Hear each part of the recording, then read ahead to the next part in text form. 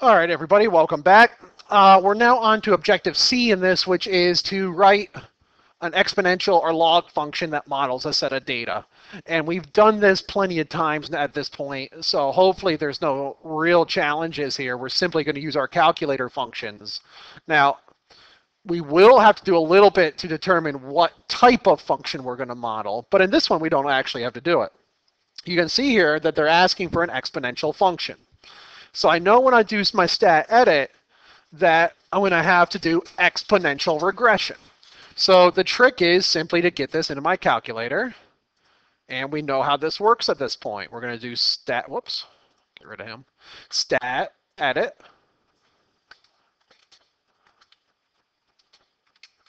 and there's my points into the calculator.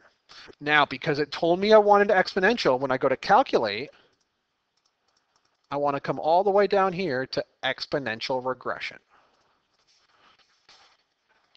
So there's my point, or there's my graph, rather. Now we're going to write this, and I'm going to write this a little faster at this point. We've done this a lot already, as y equals 6.8 times 1.04 to the x. So all I've done is round off exactly what's there. And that's all we're doing. Again, all we do when we do an equation that models data is to do a regression equation. Now, what's going to change here is sometimes I'm going to give you a couple different things. And in this one, I say write a function to model the data, but I don't tell you what it is. So now we have to do a little more work. We're still going to do our stat edit. And I'm going to try to move this so I can get the calculator on there. Yeah, that'll work pretty good. All right. So stat edit. And this data goes back in like normal.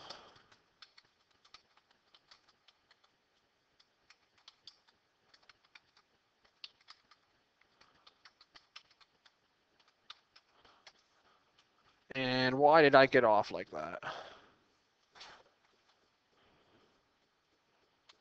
I didn't start there. Let's try that again. 0.84.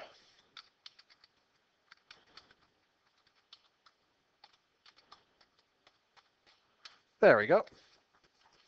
But now I don't know what type of function to write. So here's where I do my stat plot, and I got to turn it on. And then I hit zoom stat. And what this does is it gives me the scatter plot of my data. Now, I was actually graphing that line in there because I've got some data in here, so let's get rid of that. And you can see now that this matches my exponential graph better than the log graph. Remember, the logarithmic graph was like this. Well, that's not going to work. This is exponential. So once I have that, then the process is very simple. I'm going to do an exponential regression. And there it is. Now, I'm going to write that out. And actually, I'm going to copy this one so I can write it a little cleaner. There we go. And then what you would actually write is this rounded off. And I'm okay, unless I specify it.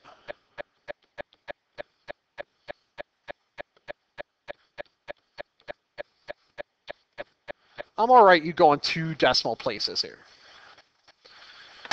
So there you have it. We're going to do stat edit to model with a function, but you might have to use a scatter plot to figure out what function it is.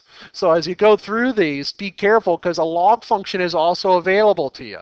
Now, this one says exponential, so you know that's exponential. This one's exponential because it says the word exponential. This one doesn't tell you, so you might need to be careful here. Is this a log? I can tell you, looking at it, it does look exponential to me as well. And this one also, nope, this one also tells you exponential. Now, was that the same? Looks like these are all the same problem. No, it's different. So even though these are kind of differently worded, the samely worded, these are different problems. So you see, all of these are exponential. If you needed to do one that said log, you would do the exact same process. But when you did your stat edit, you do logistic. And this might not work because I've got the data in there wrong, but let's see if it will come out. Yeah, it doesn't look like it wants to. But that's what you would do if it was designed for a log. Oh, there it is. So you can see it's not quite the log that we're dealing with, but it's 1 over because it's an inverse of the exponential. So there you go, and that's what we're doing here in this section. Look, my feeling is that as long as you can do the exponential, I'm all right with you guys worrying about the logistic a little later, because this isn't really a logarithmic function. It's an inverse function that your calculator is finding. So we can come back to that a little bit. Just make sure you can definitely do the exponentials on this packet. Okay, so go ahead and finish up this packet, and when we're ready, we'll probably take a quiz on this at some point. Good point.